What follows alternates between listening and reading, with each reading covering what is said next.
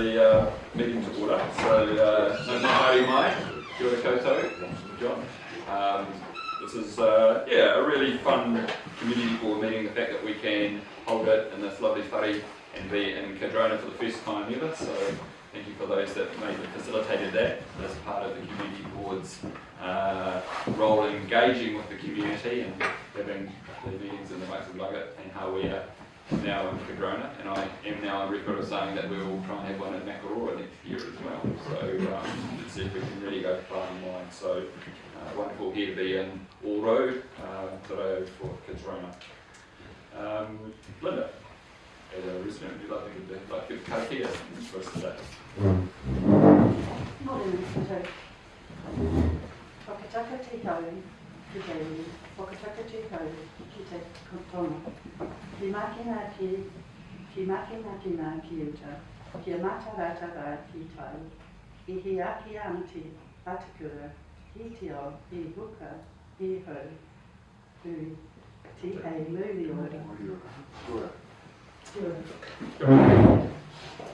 So welcome everyone to the meeting. I'd like to see that there's quite a number of staff here, so we'll be hearing from you individually. So kia ora, thank you for joining. Really good to see you here for the media. Glenn, Glenn, it's good to see Glenn here. Thank you for joining us for our first meeting together in Wānaka-Upper. Michelle, good to see you again. Thank you as General Manager of Strategy and Policy for being our executive leadership team member here today.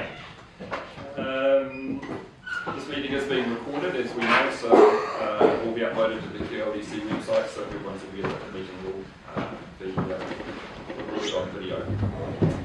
There's no apologies at this stage. So I'll move on to leave of absence. Any applications for leave of absence over the next 6 weeks or so? From the 24th of October through to November 15th. 24th to 15th of November. John? This afternoon until Sunday and the 17th to the 24th of October. Very good. Anybody else? Very good. Then I'll make a resolution that we accept the request for leave of absence. Anyone like to second that? Cody, all those in favour? We'll carry that. Thank you very much. Right. We've all read the agenda today. Any declarations of conflict of interest for anybody in today's matters? Very good, so there's no resolution required for that. There's no matters lying on the table. Were there any registrations for public forum today? No, I checked this morning again and nothing received. That's quite unusual. We normally have those wanting to make a deputation to speak, but nothing this morning. The agenda is before us. Is there any changes that are requested to the agenda as it stands at the moment? If not, then I will move that the board adopt the agenda today without additional alterations. Anyone else like to second that? Thanks, John. All those in favour? Aye. Carry that. Confirmation of minutes. So our last meeting was on the 22nd of August in the Armstrong room. Has anyone reviewed those and has any edits or amendments that they'd like to make to those minutes? Mr. Chair, just on page 12, the resolution, subpara P, just want to check, is that what exactly was meant to be said? Yeah, so this was the at Glendu Bay, the licence to occupy the road reserve and to stop the traffic while the underpass was put on. And it was raised from John that there was some requirements for the developer to make good for access to that underpass. I just reread it. When I first read it, didn't see So basically we wanted to make sure that the licence occupy, and it's actually been quite helpful because there has been some further discussions around a slight misalignment between expectations from the developer giving public access to the underpass and not, so I think it was really good. So that's working in the background that the licence to occupy hasn't been granted yet because we're still waiting to ensure that the Environment Court's decision of allowing public access is maintained. Thank you. Good question. Anyone else have questions around the agenda? Okay, if not, then I will make it easier and I'll move that the agenda remain, that the minutes from, the minutes from the 22nd of August be confirmed as true and correct. Would anyone else like to second that? Linda, you weren't at the meeting, I don't think. So, Chris, all those in favour? Aye. Carry that as well. Great. So let's get into the substantive part of the meeting today. Staff are going to speak to, I think, Ben Greenwood's partner or wife went into labour today, so Ben's not going to be here. So Simon, are you going to be here? Anyone else doing me? As well. Maureen and Moni, welcome to QLDC. Very good. So you've been here 3.5 weeks, you're telling me, as senior civil engineer. Very good. And Simon Mason joining us as well. So we are discussing the matter of retrospective approval for closure of a right-hand turn out of Ardmore Street into State Highway 84 and right-hand turn into Ardmore Street as well. Simon, is there anything you'd like to add on top of a reasonably well put together paper for this particular agenda item? Yes, thank you. So firstly, just want to acknowledge and apologise for the unenviable situation that we're putting in front of the board today.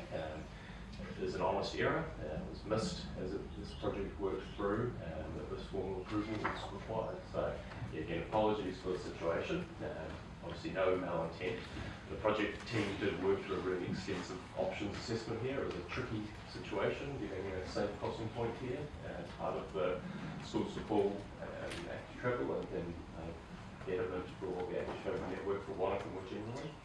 They worked very closely with NZTA and did bring the topic through workshop on a couple of occasions, but yeah, again acknowledge that at no point the explicit ban of this right-hand turn was brought to the board's attention. So yeah, I'm happy to take further questions now on the paper. And just wanted to really apologise for the situation of retrospect. Noted. I'll start with a few questions before we sort of go around the room. So could you sort of set the scene for me that what this, just to bring it up, what was the intention of creating this amendment to the intersection of the road layout? What were we hoping to achieve? So this is to enable the safe crossing point across State Highway 84. Yeah. And for that, the signalised crossing point correctly and median island is required, which basically then prohibits the right-hand traffic movement from Ardmore Street from State Highway to Ardmore Street. Well, is there anything you want to add in regards to the purpose of the crossing? Yeah, I think that's pretty much the purpose of it, but just noting that it does have additional safety improvements by Cool. So safety was at the forefront of your mind when doing that as per the bylaw. Can you give us some sense as to, was it just sort of someone whipped something up on the back of a napkin, or how, you know, what other considerations were given, or how deep was that, how long was that sort of? Yeah, this was a tricky sort of problem to solve for the project team. So Stantec were the design engineers engaged by the council, and they worked very closely with council officers and NZTA looking at various options and how best to approach this particular matter. They produced an options paper. There was multiple meetings with the NZTA, and as I mentioned before, also socialising the topic with the community board. Yeah, I think the location probably was the most ideal location. If it had been shifted further to the right, it would have other implications, and a removal of the existing right turn bay into Valentine Road, which has a lot higher traffic volume. So I think that was the best location for the safe crossing.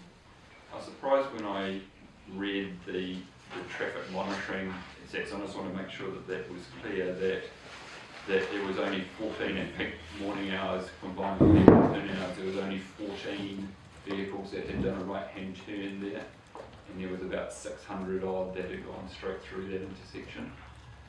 So that was less than 1%. I think I worked it out. And mass, it was 0.9% of the traffic going through that intersection were using it to turn right-hand you just confirm what would happen now with that change of the right-hand turn, how someone would access those, the vape store or the alcohol shop or the hotel? So the default, well, the traffic movement now to proceed to Valentine Road, next you to right turn there, another right back onto Almond Street. Approximately a minute to additional. And when they've been at those premises, they can still come out Ardmore Street and turn left. I know that we're talking about the right-hand turn. When I used the lights this morning when I went for a ride, there was a 20-second from the lights turning red to the lights turning green for traffic. There was a 20-second delay or stop for traffic on using the traffic lights. Is that sequencing of 20 seconds consistent throughout the day, or does it change? Or Good question. I actually don't know the answer to that. Monique, Yeah, I'm not too sure on that answer, but it should be triggered. Yeah. So I would expect that the crossing time is consistent through the day, and it's just triggering the weekend. I've done it once in the afternoon, I've done it once in the morning, so there's a 20-second delay between the lights turning red and the lights turning green again.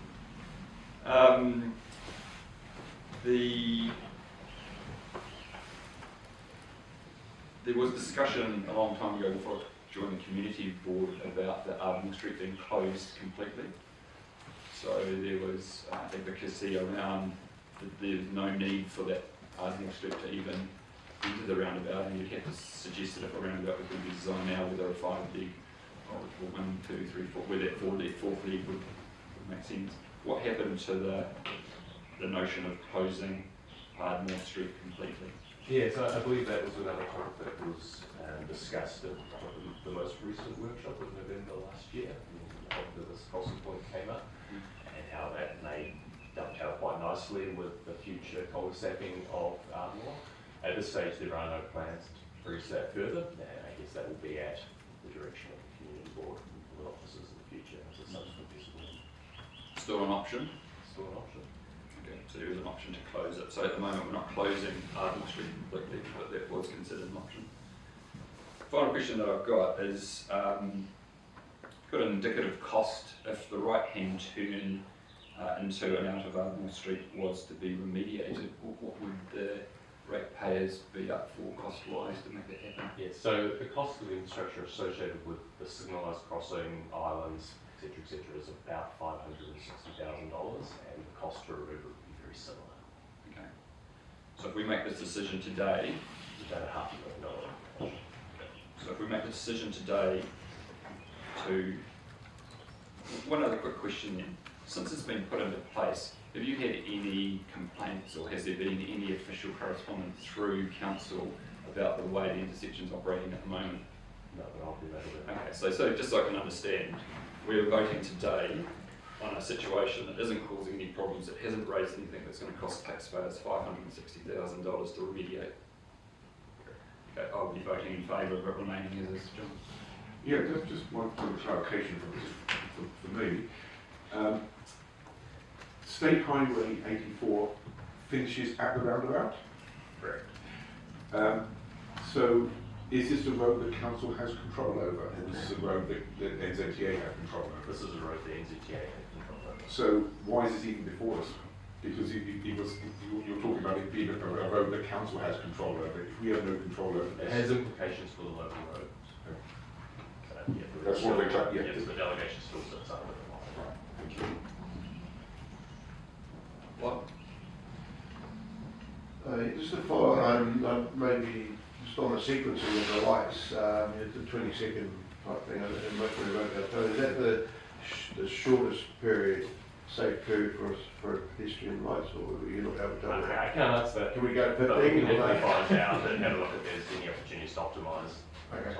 In the finance section here, following on from the cost of doing this work, you talk about new scoping, estimates and budgets.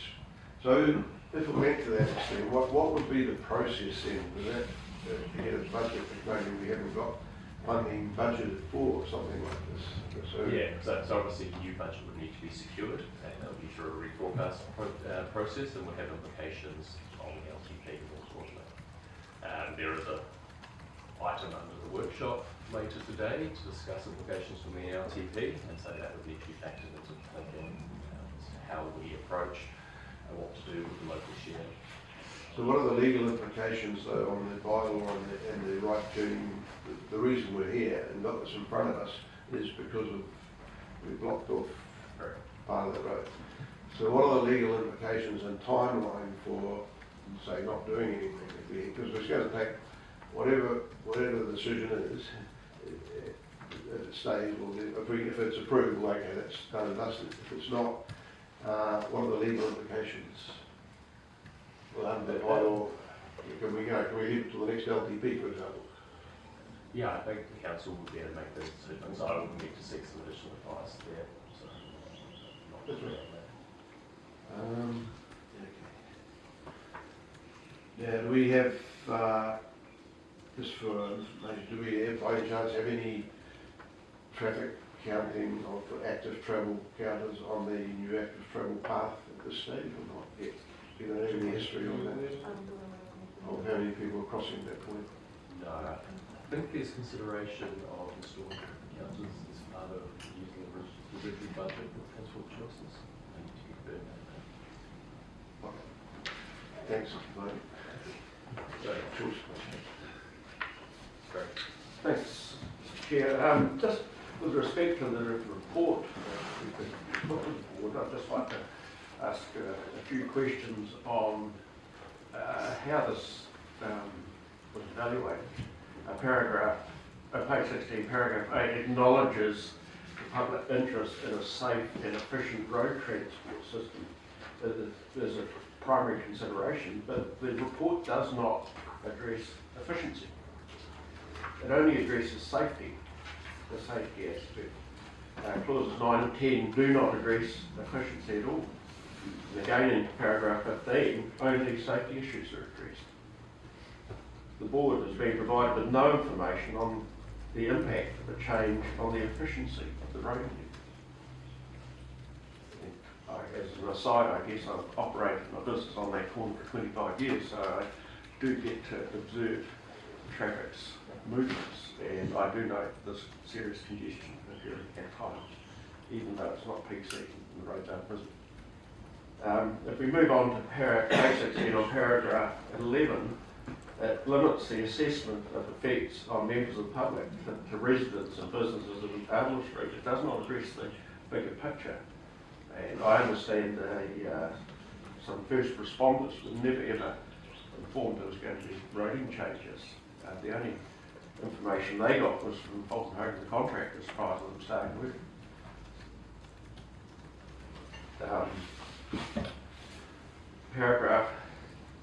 Page 16 again, paragraph 12, the project detail was never properly communicated. There's serious concerns. Point of order, sorry. This is, I understood this is time for asking questions, not for actually putting your position. Why was this never communicated? Question of the communication. Okay, and what is the specific question we're hearing? The project detail was never properly communicated. Why was it never Also, probably communicated to. Well, as an example, I gave the fire service. So, yeah, so I guess my earlier points, the project team did visit the community board at a number of occasions. So there was a July meeting and a November meeting in 2023 where the crossing point was discussed. I will acknowledge there was not direct communication with Fire Emergency NZ around this change, and my understanding it wasn't envisaged that it would be a material impact on their ability to respond to emergency events. And I guess from responding to your efficiency question as well, safety and efficiency can be in tension. We believe, and officers involved in the project believe, that this struck the balance here between safety and efficiency in the best possible way to achieve the outcomes desired by the project.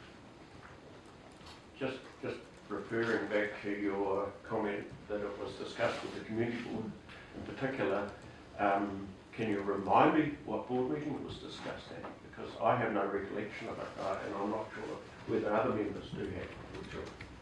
So workshop, it was not a meeting, it was workshop. So it was the July and November workshops where officers presented an update on the Road to Zero, low cost, low risk transportation program of works. It was Marcus who was delivering those for the update. Can I, with respect, Mr. Chair, have confirmation that there was detail of this crossing provided at those meetings, at those workshops? We can circulate the PowerPoints with you if you'd like. From my recollection, I'm not sure what other members recollect, but I don't recollect ever seeing any detail of a signalised crossing during schools to pull workshop meetings. If I can answer, I remember quite clearly this signalised crossing that was just seen, so that helps. I would have to say I've never seen it. I never had the opportunity to say that we would approve it. That's whether it's in a workshop. I don't think in a workshop that we ever get the right of approval, because it's not a decision-making forum. But part of, when Marcus was part of that, there was a number of projects on from transport related, some of which were active transport, and obviously schools to pull part of it. And I remember seeing the layout there, but it was for information as opposed to for decision. May I just add one other point? As you pointed out earlier, this is a state highway, so the actual decision around the crossing point and the signalisation was NZTA's. We worked very closely with them, and this is a project initiated by council, so I'm not trying to defer this to NZTA, but they needed to be comfortable with the crossing and the location and the nature of that crossing point. The decision in front of the board today is around bang with the right hand. Yeah, I think that's really important to say that we don't have influence over the state highway, but we do have influence over the local road that joins the state highway. So a decision is whether the right-hand turn into an out of a local road, that is our decision, as opposed to a wider network or intersection. We don't have responsibility over that. Through you, Simon. I will come back to, I won't be able to continue having. I'll wrap up. Page 18, paragraph 22, under disadvantages. It does not address the possibility there may be alternative measures that could safely address safety issues while retaining efficiency of the roading network. Why were other options not considered? Maybe you can write to me with the other options you believe we haven't presented.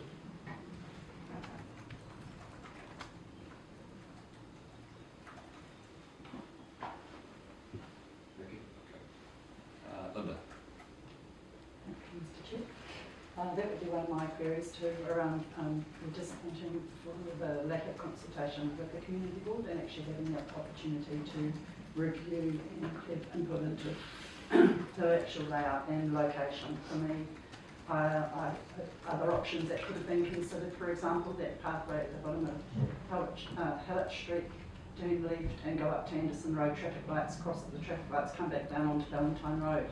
Don't understand that layout and know if you have taken out the right hand turn, one impacts the other with the right. So it's no, I don't see the understanding and thinking, well, it's just about the right hand turn. If we actually say no, remove and put the right hand turn back in, there's an impact on that crossing. That crossing just has impact on the roundabout, has impact on traffic, of pedestrians. It doesn't, in my understanding, warrant the number of pedestrians that were crossing there anyway, on schools to pull or other programs, would warrant the implementation of traffic lights at that location. It would have been one of the queries that I would have had around the cost implication of actually installing them there in the first place. Was it warranted by the number of pedestrians? But we didn't get that opportunity to discuss either the positioning, the layout, or the traffic light install, as well as the turning right shutdown.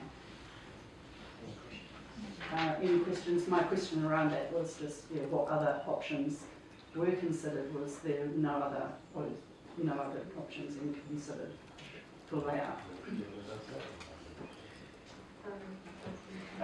So, yeah, the project team did consider multiple options, including a non-signalised, so they looked at just raised platforms at grade, crossings without signals, with signals, and the recommendation, if possible. And an underpass was Oh, considered. and an underpass at the early stage, yeah, that was struck off for financial reasons. And on balance, the recommendation was the signalised at grade crossing, and that was what NZTA was comfortable with as well. I don't really know. No questions, as you say, discussion to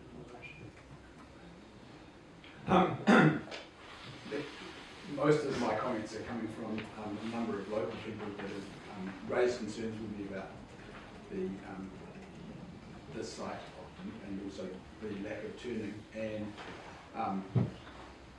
what's happening, ignoring whether the lights are green or red, because you're now making everybody turn right from State Highway into Valentine Road, and it only takes 3 cars or a truck and trailer to want to turn right into Valentine Road for traffic behind to get blocked from going straight ahead, which then blocks up the roundabout. I need you to ask a question, Chris. Yep. So what I'm saying, where I'm going with it is, people are saying I'm getting stuck behind traffic trying to turn right. I appreciate what Simon said with regards to the number of movements there are, but what's happening is that outside of peak times, we're getting traffic trying to turn right into Valentine Road. I need you to ask a question, Chris. So we've ended up in a situation where we're going to end up with this backlog, and what I'm asking is, how do we remediate that without reinstating the right-hand turn? Because we're going to end up with this backlog of traffic on all of the roads going into it, and therefore... So the question is, what are the implications for right-hand turning into well, how do we Valentine address at busy times? And that's without the lights going green or red. I guess reinstating the right-hand turn into Ardmore isn't necessarily going to fix that problem, because that turn is passing to the roundabout. So if you have the 3 or 2 that you right now turning earlier, that also have the same effects on the roundabout. Given the low traffic that we should do turn right into Ardmore, it shouldn't have a big impact. Yeah, I can appreciate that. I guess that's a bigger issue than maybe just the right-hand turn. The other question I had, so you're saying that we were provided with information about the policy, but the board didn't need to give approval for the lights or the challenging intersections, and so NZTA would be responsible for it. Should the NZTA be the one then that is supposed to consult with emergency services and that sort of thing? I guess I'm asking, what are the rules around NZTA and their need to consult with the rest of the community? Apologies, I'm not in a position to answer that question. I'll need to come back to you. No, I just find it's because we just get repeatedly people saying what's happening with these lights and that sort of thing. So we need just some clarification so we can go back to them and say this is the process that was followed or needed to be followed, and it was. So that we can go back with confidence and say, well, as it happened, this is the process that should have been followed and was. Just to give us clarification so that when we get it, we know which one. So if that's the case, and it's easy to convey that to the locals. Okay, so that's you guys pause there. So we'll open up the deliberations. Do we need to move the second before Yeah, you have got a resolution. I'm happy to move option 2. Which is? Remove this signalised crossing. No, So it's not a recommendation, It's not a it's an alternative.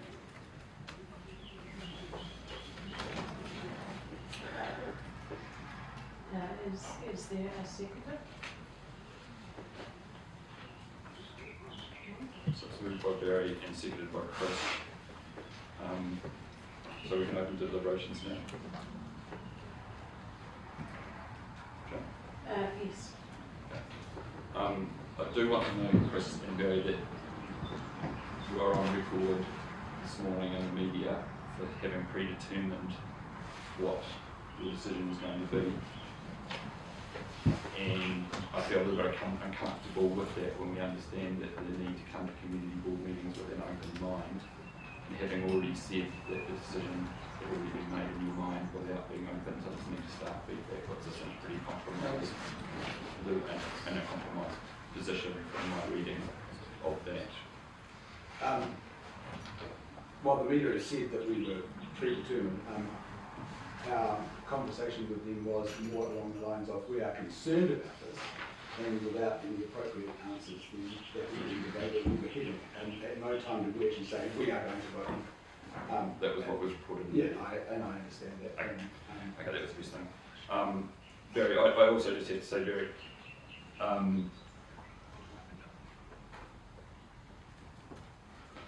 I'm just wondering if there is, for you, and I just want to socialise a conflict because you run the business, you've run 25 years at 2/8 Brownson Street, and one of the key, Don, who's been concerned, who owns the motel land, which is directly affected, is your landlord and has been for many years. Does that give rise to any relationship that has a bearing on decision making? I take offence to that comment, Mr Chair. Asking a question. I do have the advantage of 25 years of experience of traffic observations on the corner. Sure. I have the advantage of knowledge of the agreements that were made prior to the roundabout being constructed.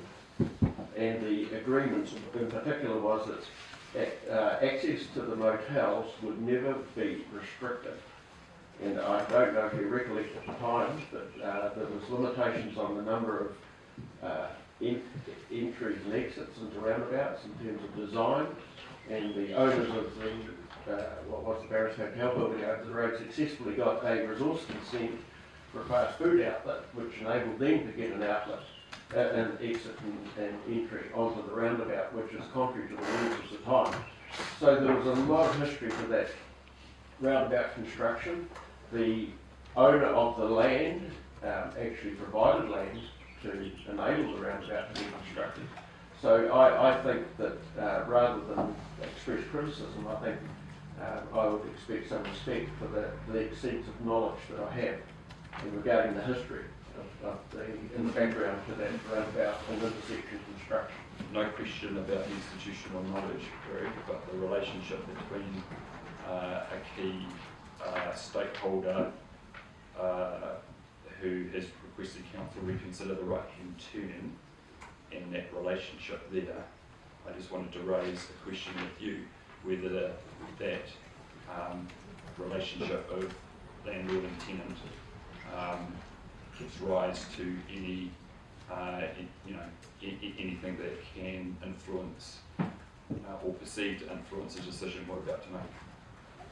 I think that I sit on this table, around this table, Mr Chair, I make decisions in the interests of the good of the wider community.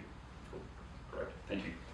So we've got a motion put that there's an alternative, that option 2, meaning that the new signalised crossing point be removed and the previous refuge island be reinstated. Yeah. Do we have any other deliberations around that? Or we'll go to the vote? Discussion. Yeah, we'll go to deliberations and I guess to chat about it. Yeah, go, yeah. Yes.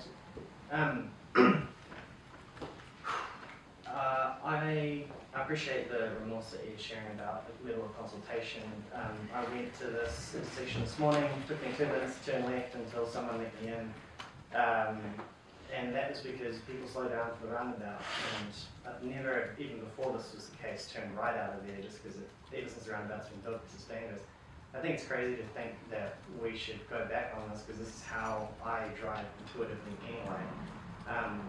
The whole aspect of turning right is extremely dangerous when you don't know who's coming around the roundabout. I have no problem with what's in front of me. I would have decided it if, that was the case previously as well. And I find the lack of consideration for people to think that spending another $500,000 to destroy this, to go back to nothing, is reckless. It's a financial position that we're in. So, I am not supporting option 2, and would rather see this stay as it is. And to be honest, the way I drive on it, I just don't see any of the sentiment really, to be honest. I'm quite confused at what the resistance towards this is. So I don't see the alternative that they're proposing that is somehow better and safer and more efficient. Thank you. Lyle, or you go. John, you first, and then you want to. Yeah, John. I really struggle to comprehend how 1% of the traffic on that road being affected with a 1 minute detour can possibly justify removing the installation of traffic lights as part of a project that's been talked about and developed over years. It just makes no sense to me at all. It's not a major inconvenience, it's a minor inconvenience at best. Reinstating that right-hand turn recreates the problem of the right-hand turn going into Valentine Road. It doesn't solve anything. To me, I just cannot see how you can justify another a waste of $1 million. It's disappointing that this wasn't brought to us earlier, and we're in that situation because of this. But I cannot support option 2 in any form. Yeah, thanks, Mr. G. Well, this has been going on for quite a while, the history for this, but that's history now. We've got to a certain point.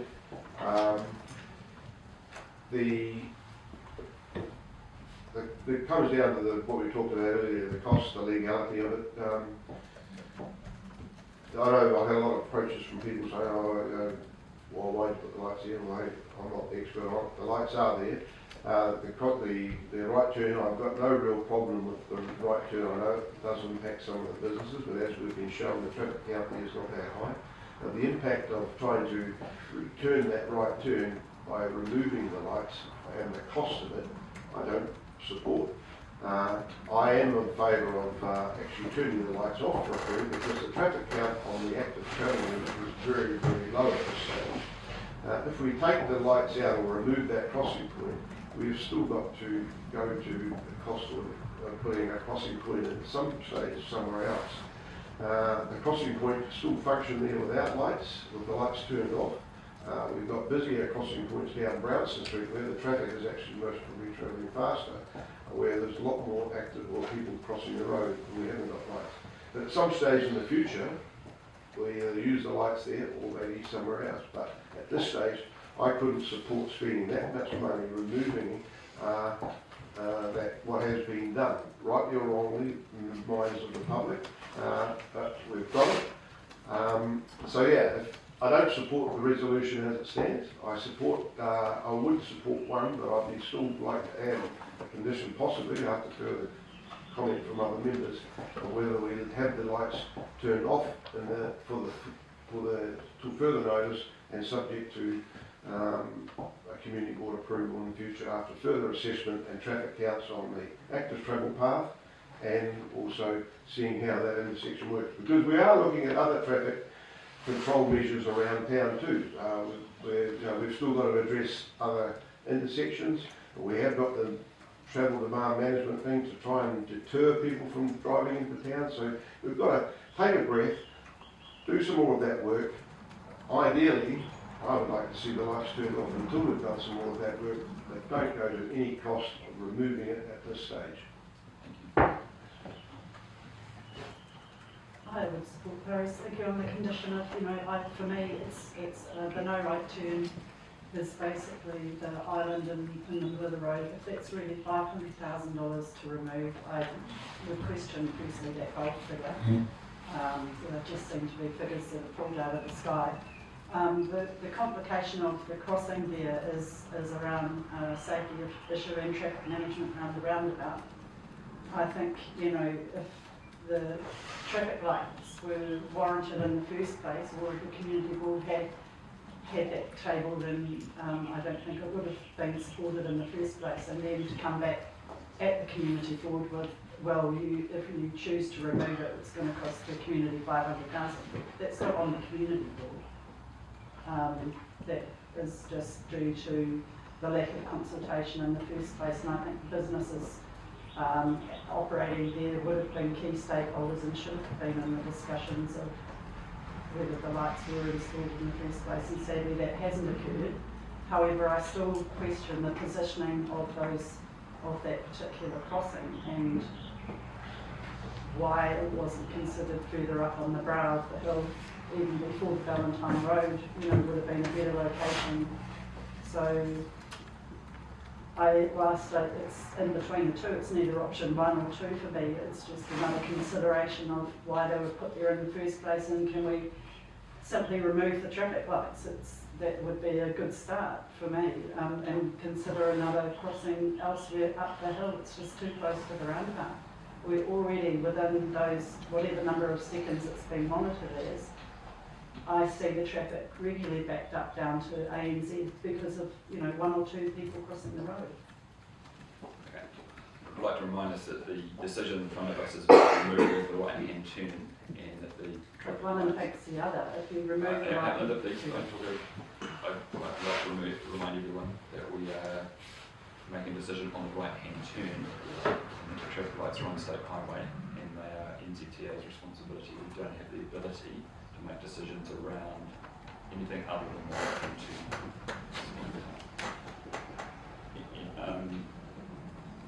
Very. Is it appropriate, Mr. Chair, given that there is a lack of clear information in some cases, and there is certainly some conflicting suggestions of how we deal with this, that this matter should be left on the table? No, because there's a motion put at the moment, and I'm going to do a vote on that motion. Chris? I was wondering whether, something similar to that, but whether we can do an amendment to allow for further consultation. No, because the motion here, so the motion has been put and by Barry and seconded by Chris, that option 2, meaning the removal of the right-hand turn, occurs. So all those in favour of option 2. So there's Barry and Chris. Those against option 2. 4 abstaining. Andrew's abstaining. Okay. I'd like to move that option 1 be, which is to retain the retain the current constructed no right-hand turn out of Ardmore Street, be retrospectively agreed. I'm going to put that motion in a second. There is other things that we're conflating in here that are linked but are not within our control. To date, I don't believe there was Armageddon forecast before the lights got turned on. That hasn't actually occurred. The lights have been turned on, and I have not heard of or seen major challenges. Over summer, there will be much greater use of that intersection, but we already have congestion around there anyway, whether these lights or not. I go back to a community safety point of view, but there are still members of our community that deserve the right to be able to cross from one side of the town to the other safely, and if that is via a 20-second light sequence, then I think that is fair for community safety. So I'll put the motion that option 1, the retention of the constructed works as current, is authorised by the board. Would anyone like to second that? Cody's going to second that. All those in favour? Oh, sorry, deliberations. Yeah, we have a chance to review all Sorry, the sorry. I was too quick, sorry. No, too quick. I apologise. I called myself just as I said that. So it was moved by Simon, Cody has seconded. Deliberations. Yeah, well, like I said, I didn't support not doing it, but I still, I hear what you're saying about the safe travel across town and all that sort of thing, but I still think it'd be wise to take, based on the community sentiment, take a breather, and that's why I was suggesting that we can have it operating. We've got a crossing point there, have it operating without the lights for a period of time, and reassess based on once the traffic counts get bigger. And that's just my view, and so that's why I was, may not get support for it, but I'd like to move an amendment to the motion to add second para for the lights to be turned off until further notice and subsequent community board approval after further assessment. Point of order before we go to that, we don't have the ability to do that, do we? It's not on our end. I was going to come across to someone. Do we Oh, have, okay, sorry, good point. do we have any? We would need to get that agreed by NZTA, but I think we can ask the question if that was the direction. Or I can put an amendment to approach NZTA to understand whether the lights could be turned off for subsequent assessment of traffic count, active travel traffic count. That's a bit messy. I'm just saying, I'd like to put it, So, there's no one second, that's it. asking NZTA to turn the lights off for a period of time to John. Surely this is putting the cart before the horse. They've only just been turned on. We haven't had enough time to see if they're actually going to cause any problems. They're not causing any problems substantial at the moment. Yes, traffic backs up to the ANZ, traffic backs up to Helwick Street at 5 o'clock when everybody's coming off the ski fields, coming through town because they're trying to avoid the roadworks on Riverbank Road. In the peak season, that road is gridlocked anyway. It's not going. I think we need to experience it to see if there are genuine problems, then review it. We're putting the cart before the horse and turning the lights off before we've even had a chance to be tested to see what problems they're causing. Well, hang on, That's seconded before you discuss. Thank you. More technical. So I'm just well, I'm trying to get clarity as to exactly what we're deciding. Would you like to say what that amendment would be? Well, I'm going to with the ability to have the lights turned off for further assessment and subsequent approval by the community board. Okay. So approach NZTA to establish that the lights can be turned off until there has been further assessment Of the active travel, of active traffic count, basically. Yeah. travel use. Okay. Do I have a seconder for that amendment? Okay, opening up the deliberations. We do run that risk of trying to test something by turning it off. That's because we were consulted in the first place. How will we test how effective the active To go to that, I think we need some advice from the technical people. This is not a political decision to turn lights on and off. I'm concerned about the implications of it on the safety of the road, the operations that are there. I think you really require further advice and information before you can make that decision. Okay, well, I was saying I feel uncomfortable about trying to achieve this by turning lights off to then say that people aren't using it because the lights aren't on. It doesn't, I don't think it's going to achieve what we hope to achieve of it, and it's outside of our domain, and yeah, I'm not, like, I'm just not in favour of that amendment because I don't think we'll achieve what we achieve. We get to vote on it. Could I speak to it? Yeah, I understand what you're saying. You're saying you want to put in something and then see whether it's needed. I'm saying let's see if we need it and then turn it on. Because I'm not talking about people sitting there. I'm talking about the traffic count coming down that active travel path from Lismore Park and Hedrick Street to that point. I haven't observed any yet, but I'm not there all the time. So what I'm saying is, quite often you do this assessment before you spend the money and put in the traffic lights. We've done it the other way around. What I'm saying is, if we have a traffic count there and find that we're getting, it's the same with any thing. The bridge at Albertown, you can't suddenly go and talk to the bridge till you get the traffic count to justify it. So here, we've put in the lights, but we haven't actually got the traffic count of actually who's using it, how many people are going to use it. So you could say, okay, now we'll find out who's going to use it. All I'm saying is let's turn it off, take a breath, do the traffic count. Once it gets to a certain level, yes, you'll demand it. Otherwise, it's no different than any other cost employee. They have to wait and go across at an appropriate time. So that was the reason I put it on there. So you asked for that, but it's on the table. Put it, right, and see what happens. Michelle? I just have a quick question for Simon. Is there an ongoing process of evaluation of this crossing? Will be part of your work ongoing? No, would be the short answer to that. So obviously we'll be looking at the benefits from the entire travel link, but not the crossing specifically. That is something we can explore as to how we can put counters in suitable locations for the crossing point. It all comes at a cost though, and we're very tight fiscal environments. We realise. Tony, can I just ask, are we able to actually move an amendment to require NZTA to do something on their crossing point?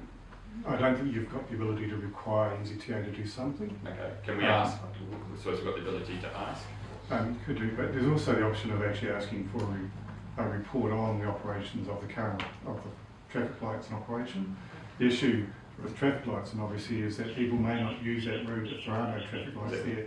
So if you turn the traffic lights off, you may not actually get a true representation of the potential use of those traffic lights, because the traffic lights by themselves are the thing that makes that crossing point safe.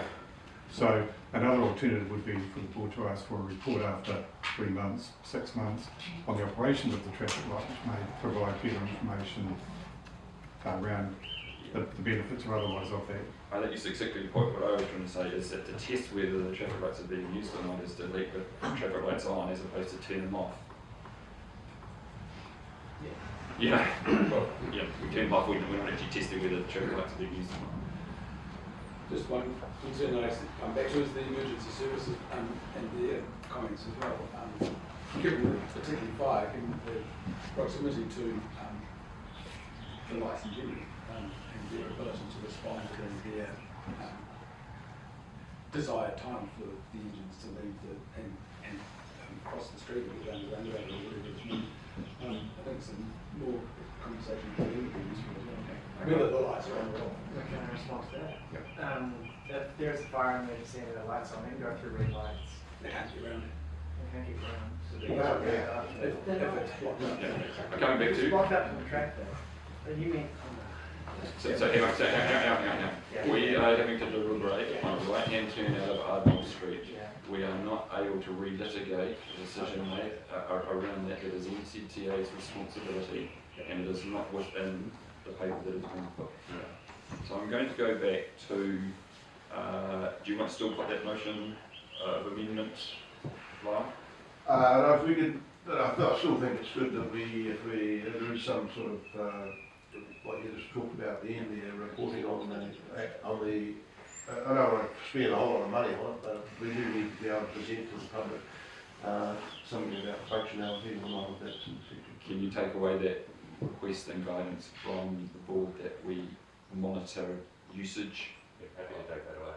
of that in a cost-efficient way to be able to come back to inform how that intersection is being used, both from those members of the community using it as a link from Lismore Park down, but also those individuals that are accessing through parks and coming up Ardmore Street past Mediterranean Market, etc. There, I think there is actually multiple uses for that. It's not just a route for children getting from schools to books. So if that amendment has come, I go back to the original motion that was put that. So are you not accepting the amendment? Well, I thought it had been retracted. I don't have the ability to do that, I'm not sure. It hasn't been seconded, so can Yeah, it is. apologies. So you put it to vote when you sit down, that's it. So we run with that, Well, can I withdraw it? Yeah, or can it be withdrawn? only with agreement of the mover and seconder. It's a tricky one.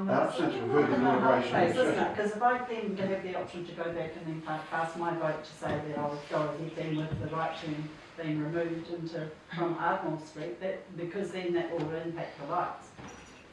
So, for me it's about the lights and the crossings and the numbers of people and things, but strategically if that's what I have to do, then can I go back and add my vote to having the reinstatement of that island? No, we can't go back. No, we can't. We're going to vote. You guys are going to decide. Okay. So we're putting to a vote the amendment. Approach NZTA to establish that the traffic lights can be turned off until there has been further assessment of active travel use. All those in favour for that amendment? All those against? Yeah, those abstaining. So that's carried through to. Oh, sorry, it's lost. Yeah, it's lost. Yeah. My vote was carried, but the other was lost. That was lost. I'm going back to the original motion that was put forward then, without any amendments. That was put forward by myself, seconded by Cody. That option 1 in the paper be agreed. I'm going to put that. I think we've had deliberations. Okay. All those in favour of option 1? Aye. All those against? So that's carried 4-3. Thank you. Thank you, Simon. Thank you, Monica. Against? Barry, Chris, and Thank you, Thank you, Simon. Are we going to see you up here? Yeah, are you coming as well? Right. So we're moving on to item 2 on the agenda, which is the temporary road closure for New Year's Eve activities. And I'll get you guys to please.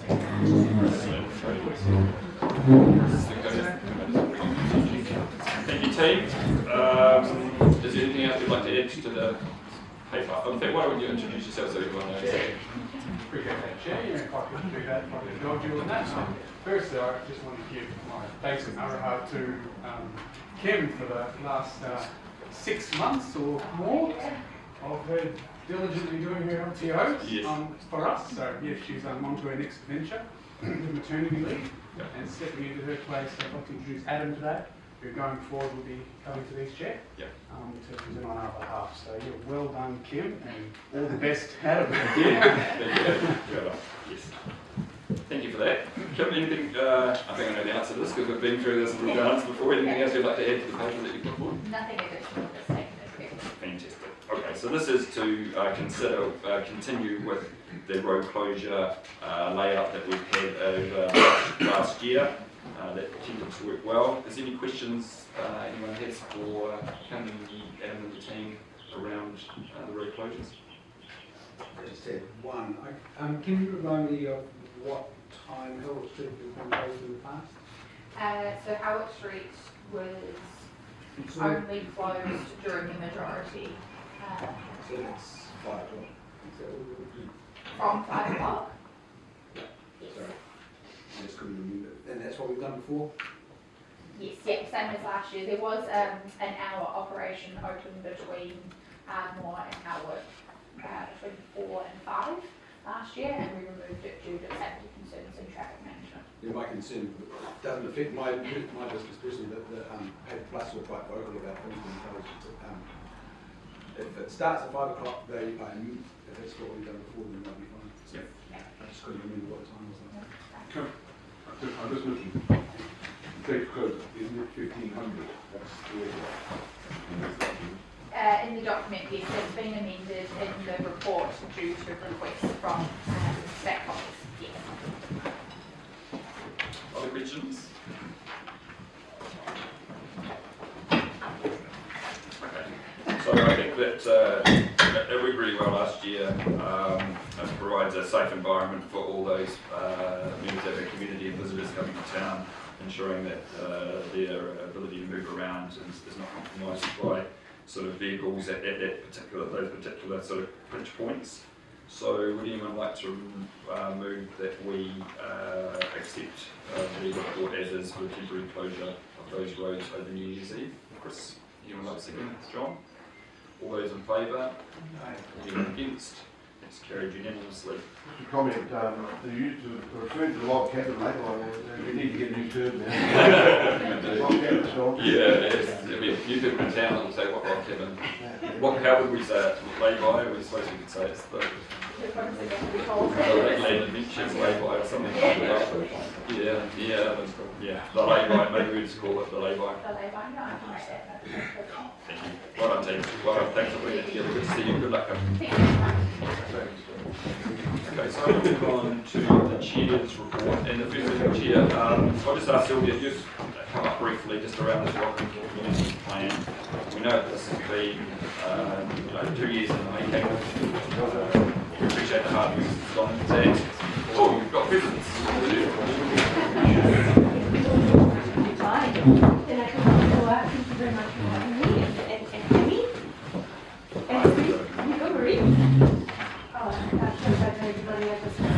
acknowledge the work that both Sylvia and me and the broader community have done to bring this plan to life, particularly health advisory groups from both Wānaka and Queenstown, and they really contributed a lot of their own personal time to shape this up.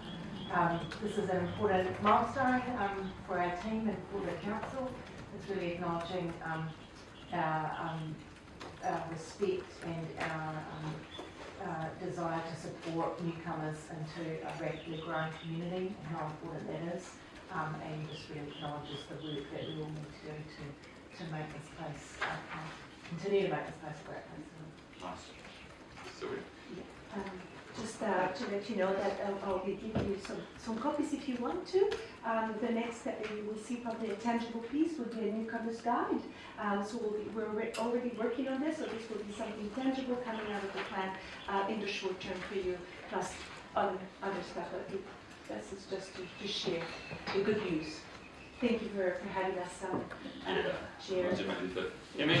Or nothing else to add. No, I appreciate that. Like, it's really excited, and it is not underestimated how many hui we've had, you know, bringing the communities together. And at the last one that I think Linda was there as well, and John was, it looked like Wānaka sent a really good vibe, and so you guys deserve credit for that. So thank you for that. Very good. Chair's report. Look, there was, I think I counted about 42 pieces of community engagement from us all in the last 6 weeks, so I'm really proud of that, and I'm really proud of just how much we're getting out in substantive stuff. You know, we're going out to a lot of events and connecting with a lot of people, and I do appreciate the effort you put into the report. I really enjoyed reading it, because obviously I can't keep a top of what everyone's doing, and it's a really good feel-good factor there that we are that engagement piece, and we're actually demonstrating to the community just how much we are connecting during the 6 weeks of between meetings, so thank you for that. Would anyone else like to add anything to the Chair's report? Very good. My report then, I note the contents of the report and the note that the Community Services Committee has adopted the welcoming plan for 24-27. I'll move that. Would anyone else like to see that? Thanks, Cody. All those in favour? Aye. Carried that unanimously. Thank you. So we normally tend to end on the Chair's report, but we're not this time because we have a item around Valentine Road. Simon, you're going to come up? Who's going to come up?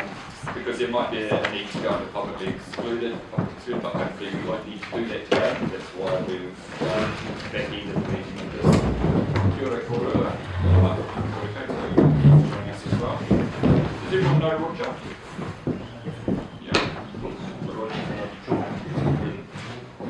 Online. Yes. Yeah, meet a lot online these days. Don't realise. Right. Hey, bear with me. So John, so Roger, you got some news for us? Yeah,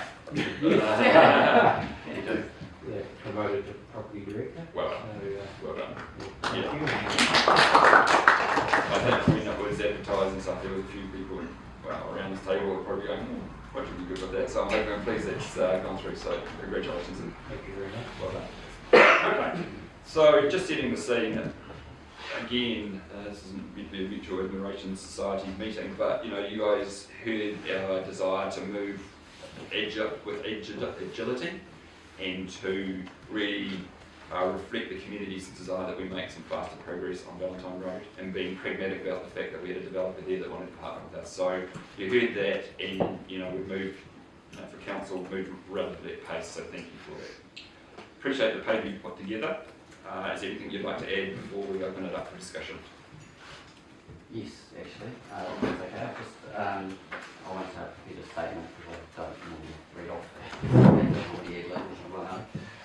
but just a couple of things. We obviously have known for a long time, since 2008-2009, that when the oxidation pods were decommissioned, that there was a huge opportunity for council to enable something to occur on that site. We took the opportunity back in 2018 and also through the community board with the district planning process to look at rezoning from wastewater to an open space, which was successful. And obviously we then did a whole bunch of work around, strategies, plans, identification of the needs that we had in the community that were well known through all our strategies and the work that we've done with our community. Obviously recognising your words, Chairman, the Upper Clutha sporting community has definitely expressed a strong desire to have Valentine Road, for sports activities in the future. And we've definitely listened to that. Unfortunately, the timing was a little bit remiss that we weren't able to sort of come to you with this a little bit earlier, before the LTP and obviously those sort of conversations, but we were working behind the scenes to enable this to occur a lot faster. I do need to emphasise though that the outcome of these works will not give us sports fields. We will need to look at how we work with the community to see what we can do in that space. And I do acknowledge that we have obviously a couple of board members who are going to be working with a couple of key stakeholders in Sports Central as part of a working group to look at opportunities for how we might be able to do this and move forward into the future. Lastly, I really would just like to acknowledge Willowridge's Element for Tipping and Shane Hesselwood from Central Machine Hire and GM there for their collaboration and also for their willingness and desire to work with us to achieve what will be an absolutely fantastic outcome for the community. And that certainly has been guided in the negotiations very well by our new property director. Thank you. I'll take paper for the rest. Thank you. Please do so. We've got some questions for Simon or Ken or Richard. Just one quick question with regards to the delegated authority of the Chief Executive. Is it usual for the contents of the contract to remain confidential right up until the end of the project? My understanding is yes. Through you, Chair, we can confirm a check on that because there's going to be a lot of community interest, but given the commercial nature of what we're dealing with on the potential of landing an agreement, and certainly that's quite consistent with what we've done in other words. Well, that's my question. I've got a question around where I said two questions. One around the removal of the contaminated. The biggest variable I see here is that contamination removal. And I'm really worried that it's like, Houston, we've got a problem.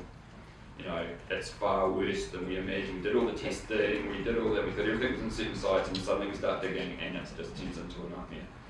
How can we have some confidence that remediation of the toxic contaminated material isn't going to blow this thing out of the water? So we have, it's been a very key risk for us that we've identified and working through Willowridge that we have enabled in the agreement some offerings at various stages of the process.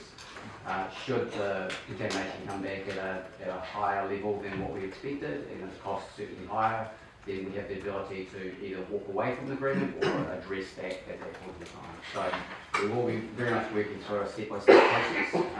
There will always be a risk until we actually get in, strip it off and then retest. Yeah. And at that point we will know what the remediation methodology will look like and what the cost implications are. And at that point in time it'll either be a go or a no-go or another opportunity. So we do highlight that very clearly that this is a risk. Yep. At the moment we have capped our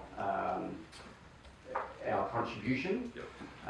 So we're reasonably comfortable where we're sitting at the moment, but again, until we actually get into this, we're not really going to understand the full extent of it. So eyes wide open, and we can't do any more until we actually put the explaining around. The second thing is with any of these contracts, it's always the variations that catch the client out. Can you give us some assurance or maybe highlight, I suppose it might be difficult commercially because of doing this in the public forum, but where the variations might come back, that again, it will change the budget. Where's the wiggle room around variations? The biggest variation is probably the one we just talked about. Contamination, cool. Anything else? Not at this stage, no. We've got some certainty in terms of costs throughout the whole process, so we're quite comfortable with maximum contribution, and at a point in time we'll know whether that needs to be adjusted, and it's that point offering that contamination. We do actually have a number of clauses in here around variations, initiate variations, whether they're agreed, not agreed, certain amounts, capping, etc. So there are some protections in here for council, but also obviously for Yeah, at some level it's relatively straightforward because it's not vertical construction, so we're not, but I just want to make sure you thought about or maybe highlight to us where there might be, other than the contamination, any potential risk. And Chair, just adding to your line of inquiry, of course it's for future proofing as well, because we're aiming to get a green canvas or green platform for this phasing that then will allow the sport, recreation and wider community to meet the aspirations in the future of this site, and that would include your points around suitability for construction style types, what you put on that site that might be fully formed. So there's some aspects we certainly look at the work alongside all parties to make sure we're well informed about this over time. Last question around that. There was some ideas around preparing the site differently in different areas because of where building platforms might be. Is that still the case, or are you just going to just create it as one level? So through the chair, we would like to, once we get underway, potentially with this agreement if approved by council, we do want to go back to the community and with previously in 2020 we did a Valentine Road master plan. That plan has never been signed off by council, and essentially we want to go back to the community and say this is what you told us, this is what it is, and then during that process there may be some tweaks along with the conversation going around all platforms and remediation works, etc. So we don't have a time frame on that just yet, but we will be working through what that looks like and what that engagement process will be, and then obviously come to the board. So, Chair, just coming back to your point, over history it's been looked at as a two-tiered approach to that site, and you had ponds and then the other area. And working with the calibre of the company they're dealing with, they have actually the means to make this one level plane. Which is probably the exciting piece in terms of it will be the largest open space dedicated to sport and recreation across the district. So your point here is well picked up, and previously it's been looked at as a two-tourist outcome. With this we're aiming to have just one plane that will create that canvas with the community and yourselves about how we take it forward. So just the last question then around it, my original question was, will we be able to get community feedback in time to change how the green palette is done, or is it not going to work? Is the work already going to have to be done? There will be a need to enable the remediation action plan to occur, so we can actually remediate. And to do that, we will make some assumptions around parts of the site. And we want to, I guess we want to make sure that if we do that, that we obviously don't remediate, or if we cap the contamination, we don't want to put that on under the sportswear, for example, because it's go under a hard platform. So we will be looking at that very, very carefully as part of that process in conjunction with what we already have as our indicative master plan. You Chair, just to confirm, you can also get this board well informed for this stage. One of the requirements is to make sure, as Roger and Simon alluded to, we've got off-ramps, but also milestones along the way of what the section looks like. Just a report back on that. For example, I think it's just really key to engage the community in this process as soon as possible to see that there is something happening and that they feel that their input is being heard. Any other questions? That's great. Thank you. So we've been asked to note the contents of the report, recommend to council that the remediation occurs, recommend to council the chief executive has the delegated authority to enter into the contract, and to agree the contract will remain confidential as well as until the end of the project. Would anyone like to? Sorry, Chair, if I could just make a slight amendment, this is something that came to my attention. If we could just include the wording under recommend to council option 2. Yeah, recommend to council that council mediate. Yep. And that.